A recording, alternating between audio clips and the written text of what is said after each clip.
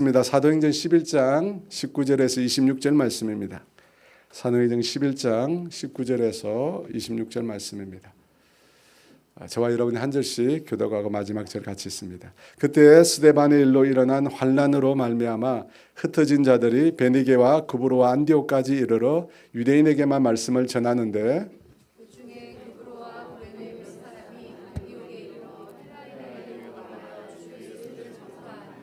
주의 손이 그들과 함께 하심에 수많은 사람들이 믿고 주께 돌아오더라.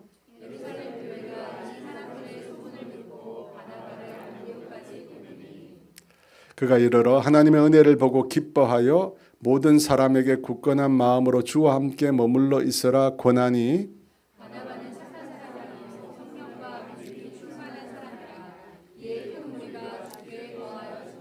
바나바가 사울을 찾으러 다소에 가서 같이 있습니다. 만남에 안디옥에 데리고 와서 둘이 교회에 1년간 모여 있어 큰 무리를 가르쳤고 제자들이 안디옥에서 비로소 그리스도인이라 그름을 받게 되었더라. 아멘. 여러분 혹시 2주 전 금요 기도회 때 여러분이 들은 말씀 기억하십니까? 제가 늘 고민이 있어요. 지나고 나면 기억을 못 하시는데 반복을 해야 되나 아니면 새로운 것을 해야 되나. 근데 반복을 하면 또 반복한다 그래요. 그건 어떻게 또 기억을 하셔서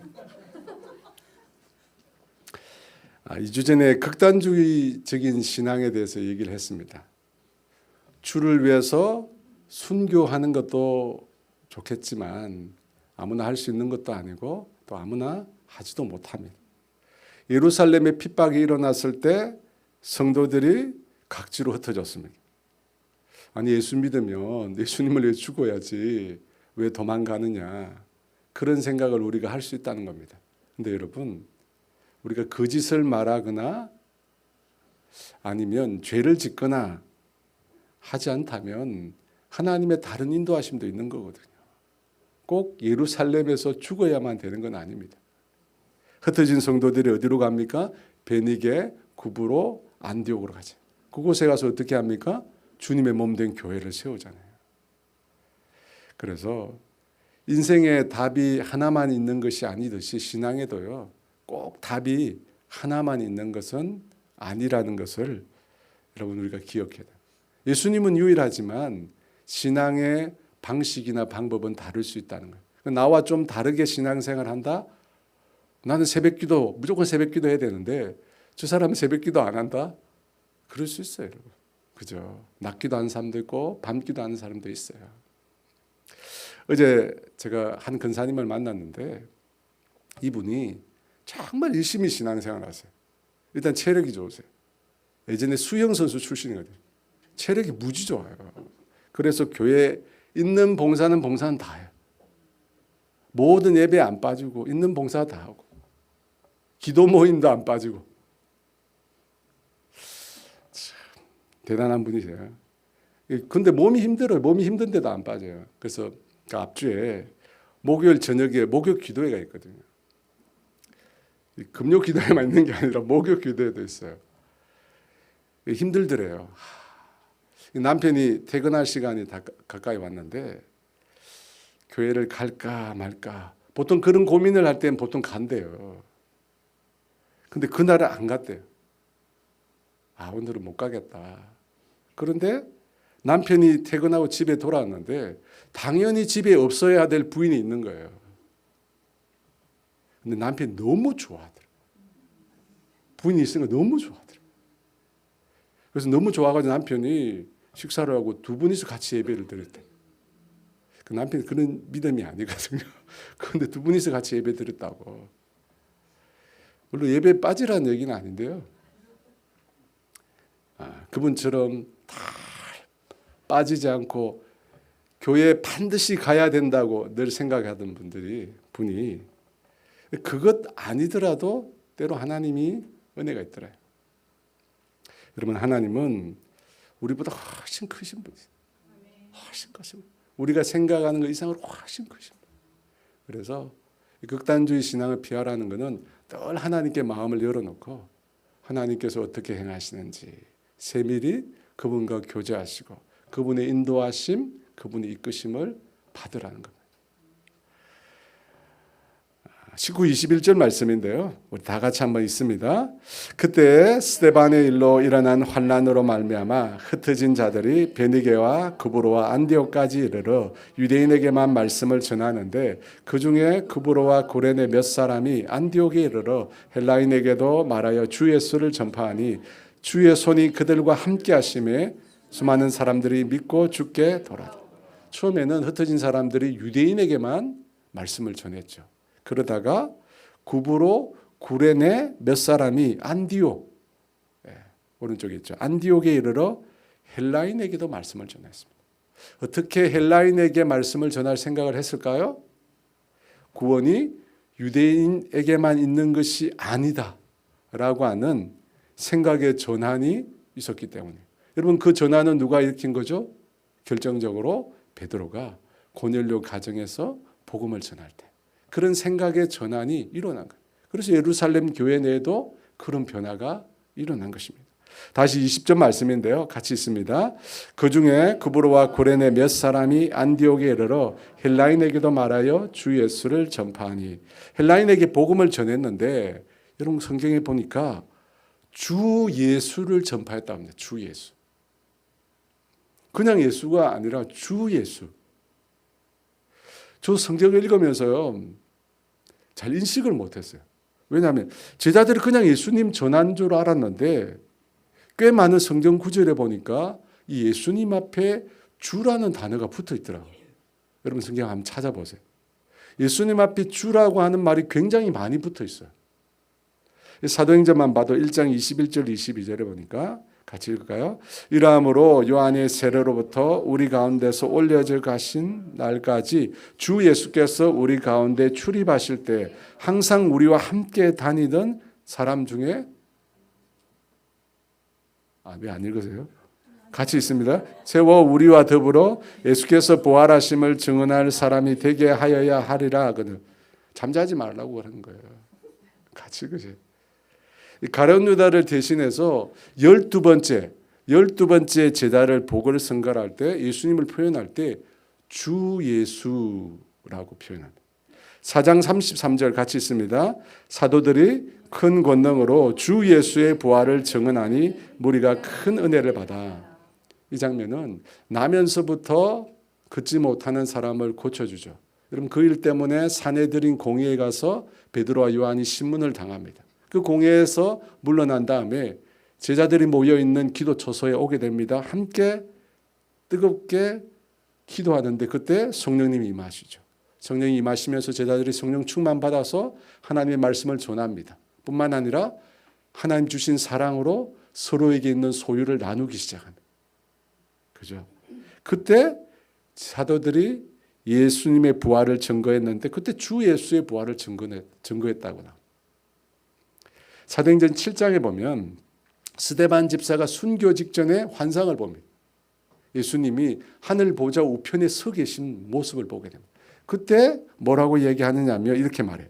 스데반이 부르짖어 이르되 주 예수여 내 영혼을 받으시옵소서. 여러분 주 예수 엄청나게 많이 나오죠. 우리가 몰랐는데 10장에도 보면 고넬료의 가정에서 베드로가 복음을 전하는데 화평의 복음을 전하는데 그때 이렇게 시작합니다. 만유의 주 대신 예수 그리스도로 말미암아 화평의 복음을 전하사. 만유의 주 대신 예수 그리스도. 여러분 이 구절 외에도 사도행전 그 이후에 서신서에 보면 주 예수라는 표현이 굉장히 많아요. 빌립보 감옥에서 바울과 실라가 외치잖아요. 그때도 주 예수를 믿으라. 그리하면 너와 내 집이 구원을 받으리라. 역시 주 예수. 왜 예수님이라고 하지 않고 주 예수라고 했을까요? 그렇게 말한 것은 당연히 이 주라고 하는 표현을 강조하기 위해서입니다. 예수님이 주다 하시는 거죠. 예수님이 주 되신다라고 하는 것을 강조한다는 겁니다. 누가복음이나 사도행전을 기록한 저자가 누가인데 이 누가가 이 성경들을 읽는 대상을 누구라고 생각했느냐면 헬라인들이었습니다. 헬라인들. 근데 헬라인들에게 예수님을 소개하는데 예수 그리스도가 아니라 주 예수라고 소개했다는 거예요. 왜냐하면 이 그리스도라고 하는 말, 이 메시아라는 말이잖아요. 기름 부음을 받은 자. 이 말은 헬라인에게는 익숙하지 않기 때문에. 이 그리스도라고 하는 말은 기름 부음을 받은 자는 구약 성경에 나오잖아요. 이 유대인들은 익숙한데 헬라인들은 잘 모르는 거예요. 그래서 헬라인들에게 익숙한 표현을 가져다가 예수님을 소개했습니다. 그 표현이 뭐라고요? 주, 큐리오스라고 합니다. 큐리오스. 많이 들어보셨죠? 헬라 세계에서 신이라는 단어, 이게 큐리오스입니다. 그 단어를 가지고 와서 주 예수라고 누가가 사용한 것입니다. 여러분, 우리가 알듯이 그리스 로마 신화에 보면 신들이 많이 나오잖아요. 어떤 신들이 있어요? 차 이름으로 나오는 거죠. 제우스도 있고 아폴론도 있고 헤라, 아프로디테, 하데스, 포세이돈 이런 신들이 많이 나오잖아요. 근데 그런 신들에 대한 생각을 가지고 있는 사람들에게 예수님을 전하면 그들이 예수님을 어떻게 받아들일까요? 신들이 자기들한테 많잖아요. 근데 그 신들에게 많이 알고 있는 사람들에게 예수님을 전하면 어떻게 생각할까요? 그렇죠. 그렇게 많은 신들 중에 한 명이 예수님이라고 받아들여요. 그래서 만유의 주라고 하는 표현을 쓰는 거예요. 모든 만물의 최고, 유일한 신이라는 뜻입니다. 여러분, 지금도 마찬가지예요. 오늘 보니까 우리 선교팀이 여름에 선교 가려고 지금 모임을 하던데, 이 선교지에 가서 예수님을 전하고 하나님을 전하면 어떤 나라에서는 그 예수님과 하나님을 잘 받아들여요. 잘 받아들여요. 그런데 문제는 뭐죠? 자기들이 믿고 있는 신의 하나라고 받아요. 여러분, 인도는 3억 3천만 개 신이 있어요. 3억 3천만 개 신이 있어요. 그들에게 복음 전하면 잘 받아들여요. 근데 문제는 유일신으로 받아들이지 않는다. 3억 3천만 개 중에 하나라고 그렇게 생각하는 거예요. 일본도 8천만 개가 있다고 그러죠. 8천만 개. 인구보다 조금 작은 8천만 개. 그래서 선교지에 가서 복음을 전하니까 아멘 하고 그 사람 받아들였다고 영접했구나 생각하면 안 됩니다. 그죠? 중요한 것은 예수님만이 유일한 신, 유일한 하나님, 유일한 구원자로 믿게 하는 게 중요해요. 사랑하는 여러분, 우리가 살고 있는 지금 이 시대도 다원주의, 상대주의라고 하는 사고가 굉장히 팽배해 있습니다. 여러분, 그 사고의 특징이 뭐냐면 사람에 따라 진리를 다르게 판단한다는 거예요. 보는 사람에 따라 진리를 다르게 판단한다는 거예요. 진리가 절대적인 것이 아니라 보는 사람에 따라 진리는 달라질 수 있다. 여러분, 이게 상대주의. 그 상대주의에서 나온 것이 뭐냐면 다원주의. 그래서 잘 쓰는 말이 있죠. 마치 산을 올라갈 때 올라가는 길은 다르지만 정상은 한 곳인 것처럼 모든 종교는 방식은 다르지만 뭐라고요? 목적지는 같다. 여러분, 이것이 다원주의, 상대주의에서 나온 말들입니다. 방식은 다르는데, 신앙생활의 방식은 다르는데 목적지는 같답니다. 여러분, 이것이 지금 모든 종교를 휩쓸고 있는 시대 정신이에요. 그런데 과연 우리가 그걸 받아들일 수 있습니까? 성경이 뭐라고 이야기하죠? 성경은 오직 하나님만, 오직 예수 그리스도만이 유일한 신이요 유일한 주가 된다고 이야기합니다. 신명기 4장 39절 모세가 한 말입니다. 같이 있습니다. 그런즉 너는 오늘 위로 하늘에나 아래로 땅에 오직 여호와는 하나님이시요 다른 신이 없는 줄을 알아 명심하고. 여러분, 다른 신이 없다. 신 자체가 하나님을 제외하고는 신이 없다는 거예요. 여러분, 이것이 모세의 고백이에요. 솔로몬도 동일한 고백을 했는데요. 열왕기상 8장 23절 같이 있습니다. 이르되 이스라엘의 하나님 여호와여 위로 하늘과 아래로 땅에 주와 같은 신이 없나이다. 주께서는 온 마음으로 주의 앞에서 행하는 종들에게 언약을 지키시고 은혜를 베푸시나이다. 위로 하늘에 아래로 땅에 주님과 같은 신이 없다. 주님밖에 없다. 여러분, 이것이 성경이 말하는 진리예요. 성경이 말하죠. 그런데 교회를 다니는 사람들 중에도요, 이걸 믿지 않는 사람이 많아. 다 같이 우리가 교회 다닌 것 같지만 하나님만이 유일한 신으로, 예수 그리스도만이 유일한 구원자라고 믿지 않는 사람은 의외로 많습니다. 예전에 제자훈련을 했어요. 제자훈련을 했는데 저희 반이 아니고 다른 반에서 제자훈련을 했는데 예수님의 유일성에 대해서 이야기하다가 이분이 아니라는 거예요. 이분이 아니래요. 자기는 그렇게 믿지 않는데. 아니, 교회 생활을 1년에 한 번도 아니고 10년 넘게 하신 분. 그렇게 말하는 것은 예수님만이 유일한 신이라고 말하는 건 옛날 신앙이라고. 요즘에 새로 나온 신앙은 안 그렇다. 근데 성경은 뭐라고 이야기합니까? 하나님밖에 없다. 다른 신들은 다 헛것이다. 없다고 이야기합니다. 그래서 사도행전 4장 11절 12절에 이렇게 말합니다. 같이 있습니다. 이 예수는 너희 건축자들의 버린 돌로서 진 모퉁이의 머릿돌이 되었느니라. 다른 이로서는 구원을 받을 수 없나니 천하 사람 중에 구원받을 만한 다른 이름을 우리에게 주신 일이 없음이라 하였더라. 예수 그리스도만이 유일한 구원자가 되십니다. 이 사실을 강조하기 위해서 주 예수라고 하는 표현을 사용합니다. 여러분, 이것은 지금도 변함이 없습니다. 예수님만이 유일한 구원자입니다. 우리는 여기서 조금도 양보할 수 없습니다. 그죠? 조금도 우리는 양보할 수 없습니다. 만약 양보하면 기독교 아니에요. 성경이 말하는 신앙이 아닙니다. 21절 말씀 같이 있습니다. 주의 손이 그들과 함께 하심에 수많은 사람들이 믿고 주께 돌아오더라.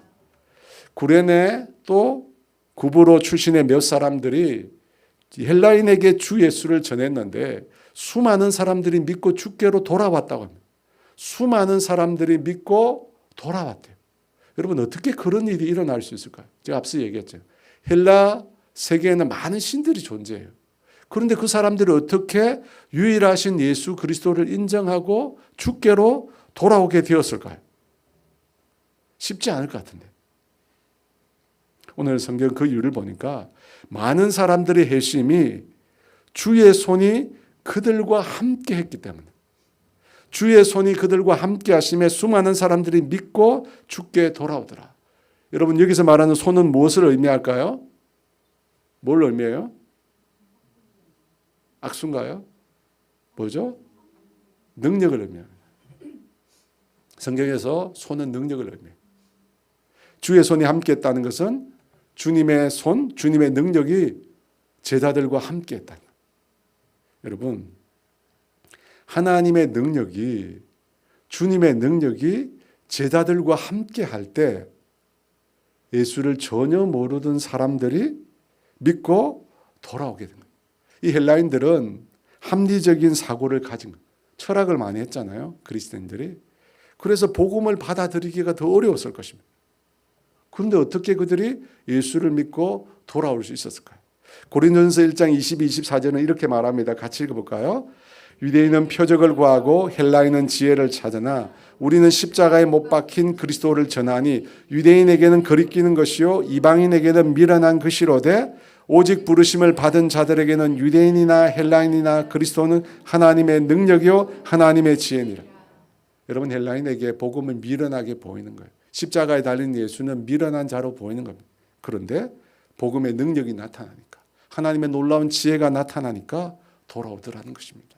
여러분, 이것을 보면 우리가 복음을 전할 때 뭐가 필요하죠? 뭐가 필요해요? 주님의 능력이 필요하죠. 주님의 능력이 있어야 돼요. 주님의 능력이 있어야지 안 믿는 사람이 믿고 주께로 돌아오는 겁니다. 여러분, 빌립이 집사잖아요. 빌립 집사가 사마리아 성에 내려가서 복음을 전합니다. 그런데 어떤 일이 일어납니까? 사도행전 8장 5절 같이 있습니다. 빌립이 사마리아 성에 내려가 그리스도를 백성에게 전파하니 무리가 빌립의 말을 듣고 표적도 보고 한 마음으로 그가 하는 말을 따르더라. 많은 사람에게 붙었던 더러운 귀신들이 크게 소리를 지르며 나가고 또 많은 병자들과 못 걷는 사람이 나으니 그 성에 큰 기쁨이 있더라. 여러분 보세요. 빌립이에요. 사도도 아니에요. 초대 예루살렘 교회 집사 중에 한 명이에요. 그가 하나님의 부르심을 따라 성령의 인도하심을 따라 사마리아 성에 내려가서 복음을 전할 때 놀라운 주의 능력이 그와 함께 했어요. 그러니까 놀라운 표적들이 일어나잖아요. 그걸 보고 사람들이 빌립의 말을 따랐다고. 그러므로 여러분, 하나님을 전파할 때, 주 예수를 전파할 때 주의 손이 함께 해야 된다는 사실을 여러분 기억하십시오. 주의 손이 함께 해야 돼요. 그러면 왜 복음을 전할 때 그와 같은 하나님의 능력이 함께 나타날까요? 왜냐하면 주님은 복음을 전하는 것을 가장 기뻐하시기 때문에. 여러분 세상에 있는 것 중에 하나님이 기뻐하시는 일이 참 많습니다. 하나님께서 지으신 만물을 보고 보시기 좋았더라 그랬죠. 하나님이 기뻐하셨어요. 그런데 성경에 보니까 하나님이 가장 기뻐하신 게 뭐라고요? 예수 안 믿는 사람이 믿고 돌아오는. 예수 안 믿는 사람들이 회개하고 그리스도께로 돌아오는. 여러분 그 일을 하나님이 제일 기뻐하세요. 그렇기 때문에 복음을 전할 때 어떻게 해요? 하나님의 능력이 함께하는 거예요. 누가복음 15장 7절 같이 있습니다. 내가 너에게 이르노니 이와 같이 죄인 한 사람이 회개하면 하늘에서는 회개할 것이 없는 의인 99으로 말미암아 기뻐하는 것보다 더하리라. 여러분 그래서 복음을 전할 때 하나님의 능력이 함께하는. 왜? 하나님이 그거 기뻐하시니까.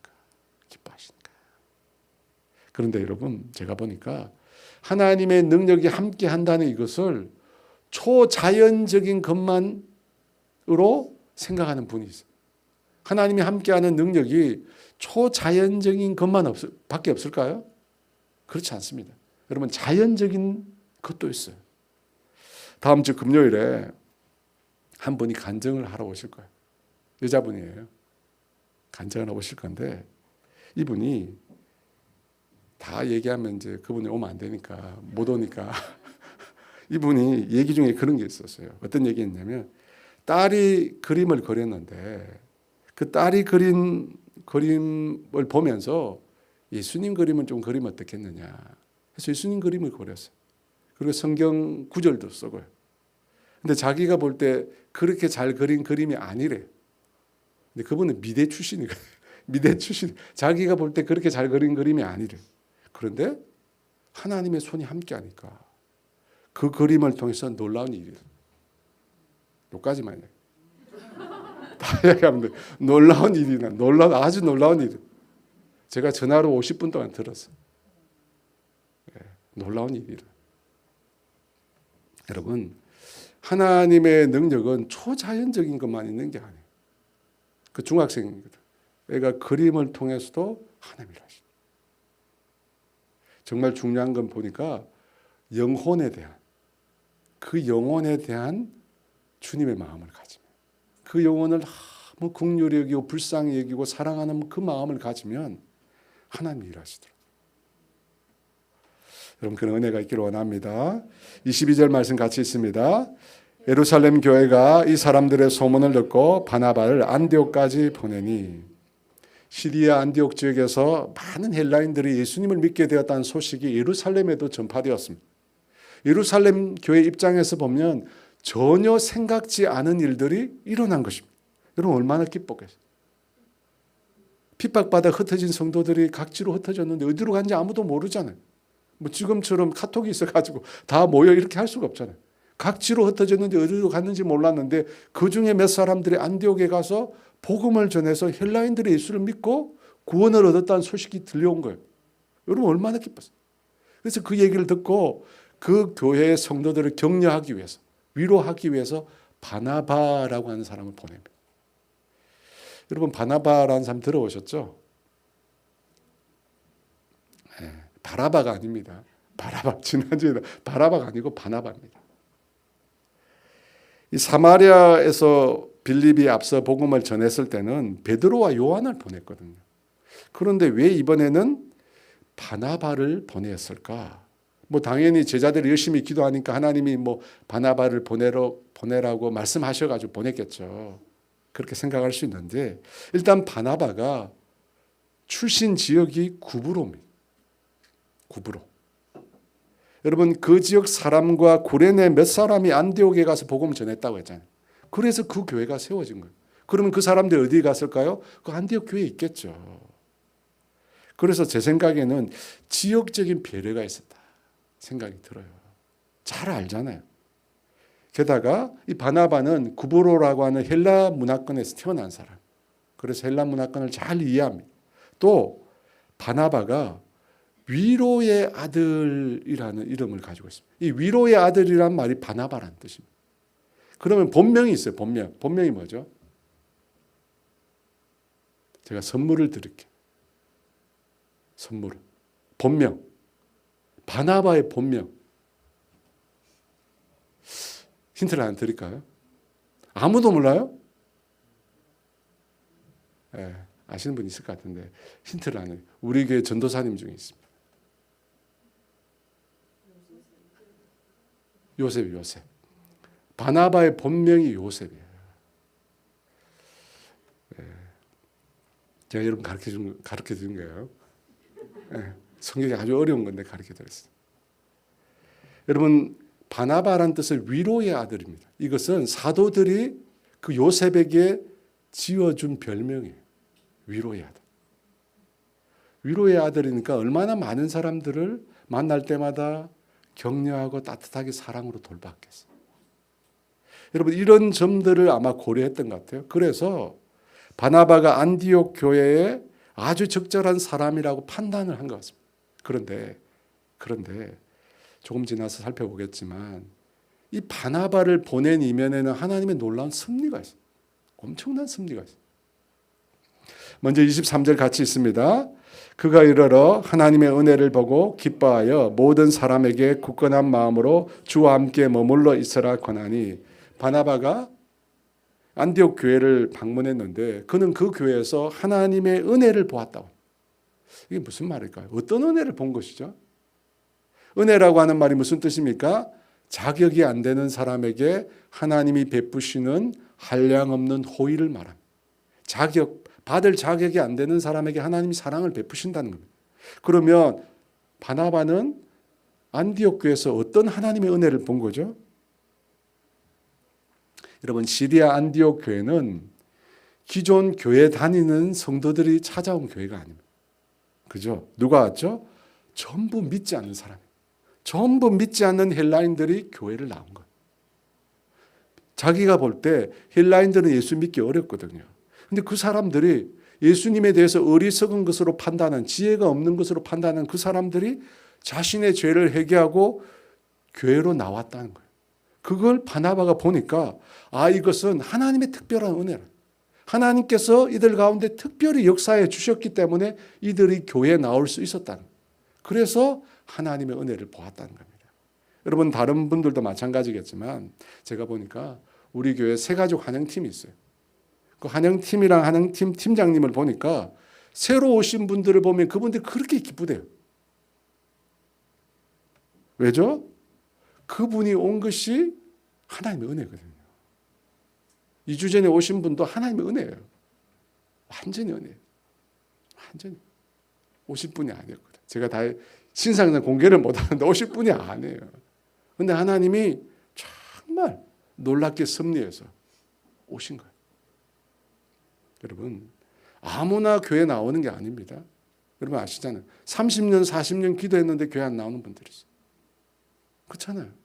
그렇게 평생 권사님이 자기 남편을 위해서 기도하는데 교회 안 나오세요.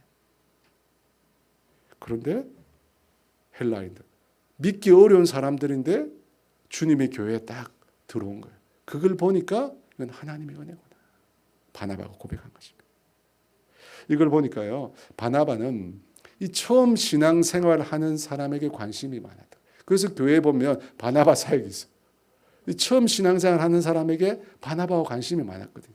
사울도 그랬잖아요. 사울도 처음 회심하고 나서 예루살렘에 갔는데 제자들이 아무도 사울을 반겨주지 않습니다. 왜 그렇죠?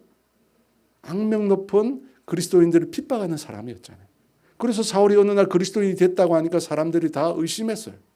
혹시 자기 자신을 감추고 속이고 사도들에게 접근하는 거 아닌가? 제자들에게 접근하는 거 아닌가? 의심한 거예요. 그때 누가 나섭니까? 제가 얘기하자면 누가 났어요? 바나바가 났어요. 바나바가 나서서 그 제자들과 사울 사이에 다리를 연결했습니다. 그래서 여러분, 그래서 사울이 그리스도 교회에 뿌리를 내리게 된 거예요. 여러분, 그 이면에는 바나바라고 하는 사람이 큰 역할을. 그것 때문에 바나바를 초신자가 모여있는 안디옥 교회에 보낸 겁니다. 그렇게 하나님의 은혜를 맛보고 기뻐하면서 바나바가 그곳의 모든 사람에게 굳건한 마음으로 주와 함께 머물러 있으라고 권했다고 합니다. 굳건한 마음으로 주와 함께 머물러 있으라. 여러분 무슨 뜻이죠? 이 굳건한 마음이라고 하는 말은 흔들림 없는 마음이라는 뜻입니다. 흔들림 없는 마음, 주님을 향하여 흔들림 없는 마음으로 주님과 함께 하라는 것입니다. 여러분 왜 이런 말을 했죠? 왜 헬라인으로 모여있는 그 안디옥 교회에다가 바나바가 흔들림 없이 주님과 함께 하라고, 주님을 붙잡으라고 왜 이런 말을 했을까요? 예수 믿으면 핍박이 오니까요. 지금 당장은 헬라 문화권에 아직 그리스도가 교가 전파되지 않아서 사람들이 잘 모르지만 조금 지나면요 엄청난 핍박이 일어나. 그걸 바나바가 예루살렘에서 이미 경험했잖아요. 예루살렘 교회가 완전히 박살이 났잖아요. 마찬가지로 곧 박해의 날이 온다는 거예요. 곧 핍박의 날이 온다는 거예요. 그러니까 흔들리지 말고 끝까지 주님을 붙잡으라는 겁니다. 사랑하는 여러분, 우리가 구원은 은혜로 받지만 우리가 이 구원을 지켜가는 데는 뭐가 필요하죠? 가만히 있어도 은혜가 유지되나요? 가만히 있어도 성령 충만이 유지되나요? 아니죠. 힘써야 돼요. 여러분 오늘 밤에 이곳에 여러분이 오신 게 쉽지 않은 결정이라는 거 알고 있습니다. 우리 박성동 집사님 보니까 목에 막 깁스를 하고 하지. 내가 막 마음이 안타까워요. 집에 가서 쉬셔도 되는데. 근데 감사해요. 한편은 감사해요. 너무 감사해요.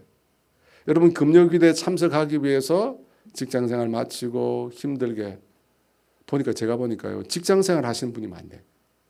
집에 계신 분은 별로 없고 보니까 이게 어찌된 일입니까?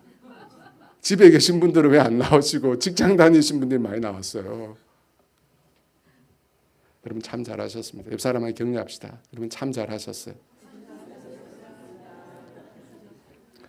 여러분 우리가 내 믿음 지키는 거, 내 신앙 지키는 거 여러분 노력해야 돼요.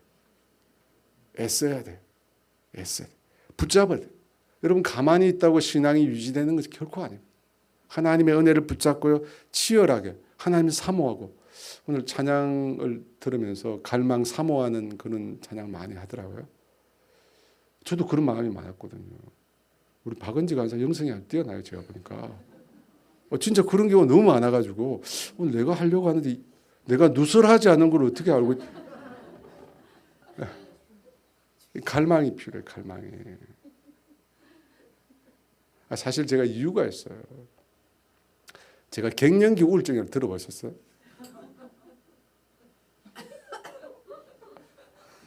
아직 이거를 제가 고민하다가 이거를 성도들에게 오픈을 해야 되나. 아니 목사가 무슨 갱년기 우울증이냐 그런 소리 할 것 같아가지고. 근데 지난주에 저녁마다 집회를 했잖아요. 저녁마다 했는데 너무 피곤한 거예요. 근데 문제가 뭐냐니까 허리가 안 좋아요. 허리가 안 좋으니까 축구를 안 하니까 더 힘든 거야 이게. 축구를 해야 되는데 축구를 못 하니까 몸은 힘들고 잠은 안 오고. 잠이 안 오대요 보니까. 아니 허리가 아픈 축구를 어떻게 해요. 그까지만 하겠습니다. 여러분 예수 안 믿는 남편들이 제일 많이 하는 말이 뭐죠? 교회 다니는 건 좋은데 미치지 마라. 아시죠? 네. 그 말을 들은 사춘기 딸이 그랬대요. 자기가 볼 때 예수를 믿으려면 조금 미쳐야 되는 게 아닌가 그런 생각이 들었대요. 사실 미쳐야죠. 잘못 미치니까 문제지. 그죠? 이제 시한부 종말론이라든지 이런 데 잘못 미치니까 문제지. 여러분 예수를 믿는다는 것은요. 조금 미쳐야 돼요. 치열하게. 힘들지만 주님 붙들려야 돼요. 핍박이 오고 힘든 일이 오지만 주님을 붙들어야 돼요. 말씀과 기도로 계속 교제하고 동행하기를 위해 애써야 됩니다. 오늘 순 기도 제목 이렇게 우리 순장님 중에 누가 보내주신데 보니까 거기 나와 있더라고요. 계속 그 순 목표가 그래요. 계속 하나님과 교제하고 사랑의 교제 계속 할 수 있도록. 여러분 그렇지 않으면 신앙 지켜가기 어렵습니다. 여러분 금요일 날 와서 2시간 반씩 이렇게 기도하는 거 쉬운 건가요? 어렵죠. 하지만 이렇게 하는 이유가 뭐예요? 나 자신의 신앙을 지키기 위해서, 또 내 가정을 위해서, 또 몸된 주님의 교회를 세워가기 위해서, 더 나아가서 나라와 민족을 위하여 기도하기 위해서. 여러분 이걸 붙잡아야 돼요. 붙잡고 기도하고 엎드려야 돼요. 그래야지 우리가 우리 자신 지켜갈 수 있습니다. 돌아서면요. 여러분 안 되는 거 잘 아시잖아요. 그래서 바나바가 굳게 주님 붙잡으라고. 굳게. 흔들리지 않고 흔들리지 않는 마음으로 끝까지 주님을 붙들라고 이야기하고 있는 것입니다. 24절 말씀입니다. 같이 있습니다. 바나바는 착한 사람이요 성령과 믿음이 충만한 사람이라 이에 큰 무리가 주께 더하여지더라. 바나바는 안디옥 교회 성도들에게 흔들림 없는 마음으로 주님과 함께 머물러 있어라. 요즘 말로 설교를 한 것입니다.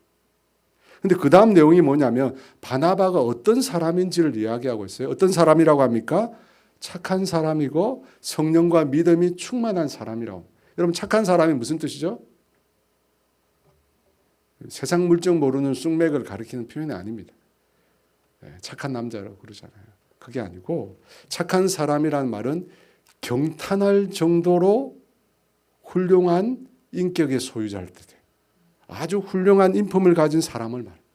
그게 바나바예요. 그리고 또 뭐예요? 성령과 믿음이 충만하대요. 인품이 좋을 뿐만 아니라 성령 충만, 믿음 충만한 사람이었다. 근데 여러분 그 다음 뭐라고 돼 있어요? 그 다음 뭐라고 돼 있어요? 이에 큰 무리가 주께 더하여지더라. 이해라고 했어요. 이해. 이해가 무슨 뜻이죠? 인과관계잖아요. 원인과 뒤에 나온 게 결과예요. 그러니까 무슨 말이에요? 바나바의 설교와 그의 인품과 그의 신앙을 통해서 어떻게 됐다고요? 큰 무리가 주께 더해졌다. 제가 이 말씀을 읽는데 마음이 무겁습니다. 마음이 무거워요. 그렇잖아요. 바나바의 설교와 인품과 그의 신앙을 통하여 믿는 사람들이 더 많아진 거예요. 정확한 의미는 주님께서 더해 주셨다는 거예요. 여러분 그런 말이 있어요. 한 교회의 영적 수준은 그 교회의 목회자의 수준을 결코 뛰어넘을 수 없다. 이 말을 안 가르쳐 주려고 했는데 한 교회의 영적 수준이요 목회자 이상일 수 없다는 거예요. 그러니까 교회가 영적으로 더 풍성하고 더 아름답게 성장하려면 먼저 누가 성장해야 돼요? 그 교회 목회자가 성장. 그 교회 목회자가 성장하지 않는데 그 교회가 성장할 수 없어요. 여러분 잘 생각해 보면 진짜 맞는 말이에요. 그렇지 않아요? 그 교회 목사님을 통해 말씀을 듣고 그 교회 목사님과 교제하고 그 목사님과 함께 상담하고 하는데 어떻게 그 교회 목사의 인품과 영성 이상이 될 수 있겠어요? 불가능한 거죠. 그래서 목회자를 위해서 기도해요. 예전에 여의도에 큰 교회가 있습니다. 여러분 다 아시죠? 여의도에 있는 큰 교회. 그 교회 목사님들과 축구 시합을 했어요. 승부는 항상 저희가 이겼죠. 항상 이겼어요.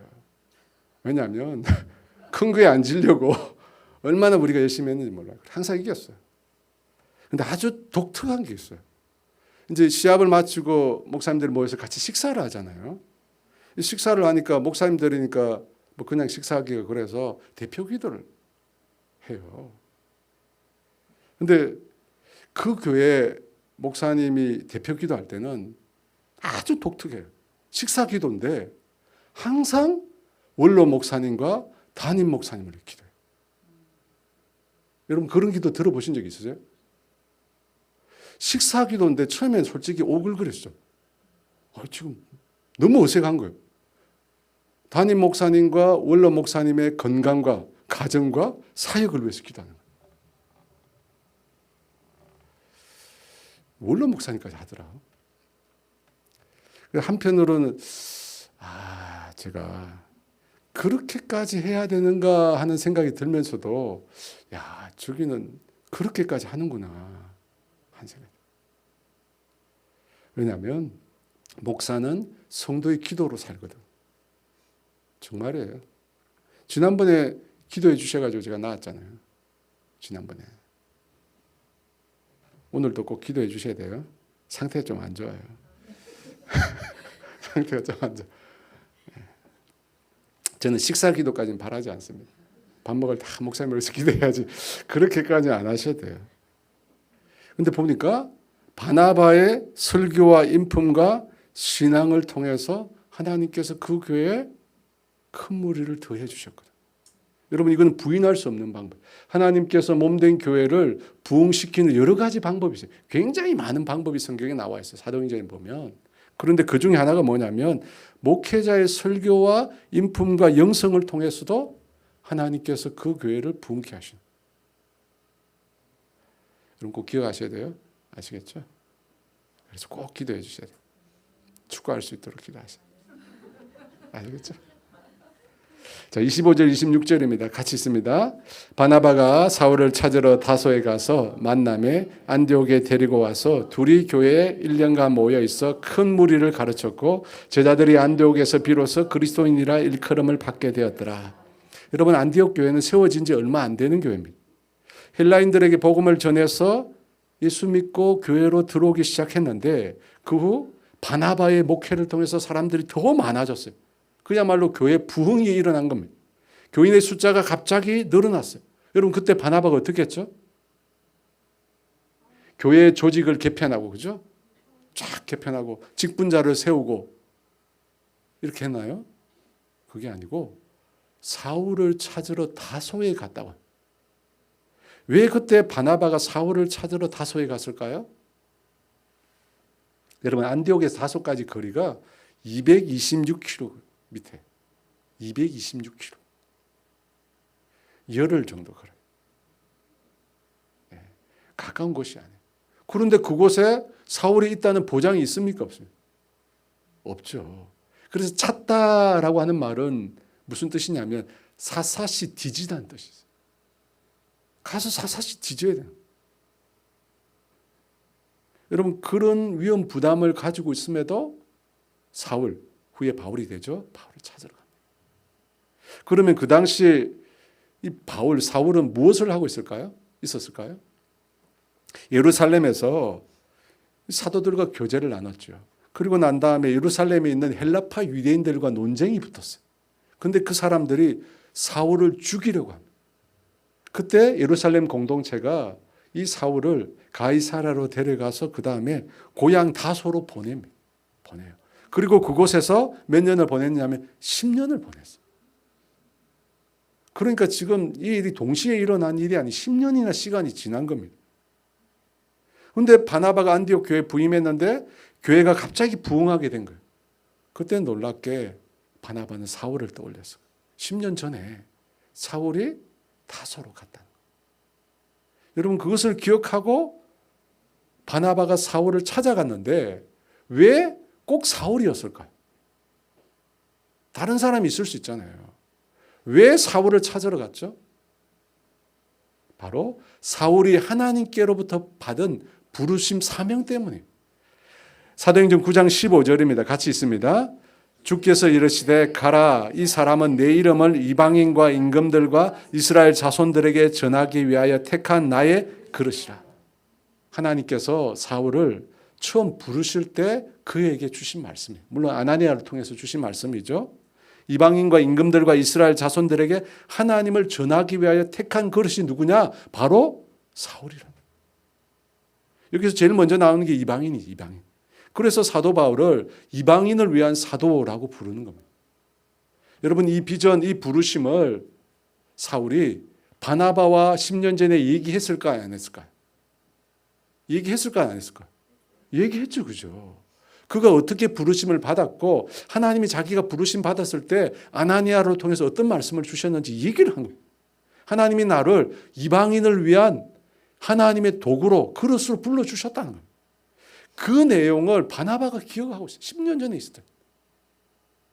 그러다가 안디옥 교회가 부흥하자 혼자 감당이 안 되잖아요. 그때 사울을 생각해요. 아, 그가 이방인의 사도로 하나님의 부르심을 받았지 라고 생각하고 다시 사울을 찾으러 간 거예요. 왜냐하면 안디옥 교회는 이방인을 위한 교회거든요. 전부 이방 사람밖에 없어요. 헬라인들이죠. 여러분, 이 부분에서 제가 깨닫는 게 뭐냐면, 첫째가 내가 하나님께로부터 받은 사명, 비전, 이런 것들을 많이 얘기해야겠다. 그죠? 나 혼자 그냥 간직하고 있는 게 아니라, 만약에 사울이 혼자 간직하고 있었다면 어떻게 바나바가 사울이 이방인의 도구인지 알겠어요. 그리고 어떻게 그를 찾으러 가겠어요. 그리고 그 두 사람이 나중에 어떻게 이방인 선교를 하게 돼요. 그렇게 할 수 있었던 것은 사울이 자신의 사명과 부르심에 대해서 얘기를 한 거예요. 그렇죠? 그래서 여러분, 우리가 예수님 안에서 이렇게 만나고 교제하고 할 때 뭐 수모임도 좋고 뭐 여러 가지 모임이 있을 때 자신의 부르심, 자신의 비전, 사명, 이런 것들을 많이 얘기해요. 어떻게 될지 몰라. 그죠? 10년이 지나고 10년이 지나고 226km 떨어졌는데 전혀 만날 수 없는 상황인데 하나님이 연결시킨 거예요. 하나님이 연결시킨 거예요. 근데 놀랍게도 10년 전에 들었던 얘기. 두 번째 깨닫는 게 또 뭐냐면, 이 바나바라고 하는 분은 참 정말 이 폭이 넓은 분이다. 마음이 넓은 분이라는 깨닫게 돼요. 왜냐하면 여러분, 사울을 안디옥 교회에 데리고 오면 어떻게 됩니까? 쉽게 말해서 담임 목사가 2명이 되는 거예요. 여러분은 좀 와닿지 않겠지만 저는 너무 와닿습니다. 여러분, 사울은 굉장히 뛰어난 사람이잖아요. 로마서를 기록한, 성경 중에 가장 성경이라 부르는 로마서를 기록한, 유대인 최고 학부인 가말리엘 문화에서 공부했던 사람, 너무너무 똑똑한 사람. 그래서 신약성경의 반 이상을 기록한 거 아니에요? 근데 그 사람이 안디옥 교회에 오게 되면 어떻게 될까요? 단번에 사람들의 관심이 사울에게 집중되겠죠. 그러면 바나바는 어떻게 돼요? 지금까지 바나바를 통해서 교회가 성장했어요. 그죠? 그의 설교와 인품과 영성을 통해서. 근데 10년이 지난 사울이 드디어 등장하면 그 다음 어떻게 됩니까? 근데 놀랍게도, 여러분 놀랍게도 성경에 보니까 바나바는 그런 생각을 1도 안 해요. 자기 자리 이런 거 생각 전혀 안 해요. 그러니까 바울을 데려왔죠. 여러분 그렇지 않아요? 자기보다 더 뛰어난 사람, 자기보다 더 훌륭한 사람, 그런 사람을 데려왔다는 거예요. 그러니까 바나바는 사울을 데리고 왔을 때 자기 위치가 어떻게 될 것인지 이런 거 전혀 생각. 정말 훌륭한 사람, 제가 보니까 훌륭한 목회자. 그리고 어떻게 되면 1년 동안 목회 잘했죠. 그래서 더 많은 사람들이 예수님을 믿게 되고요. 또 성숙하게 되죠. 그리고 1년 후에 어떻게 돼요? 그 교회를 떠나버려요. 와, 진짜 이거 보니까 정말 주님의 사람이구나. 자기가 지금까지 누려왔던 것들, 그죠? 기득권을 흔히 많이 이야기하는데 다 내려놓고, 물론 예루살렘부터 내려놨죠. 내려놓고 와서 안디옥에다 다 내려. 정말 복음밖에 모르는, 정말 예수밖에 모르고, 정말 하나님 나라가 확장되는 것밖에 몰랐던 사람. 이름을 바나바로 바꿔야겠습니다. 강바나바로 이름을 바꾸든지 해야겠어요.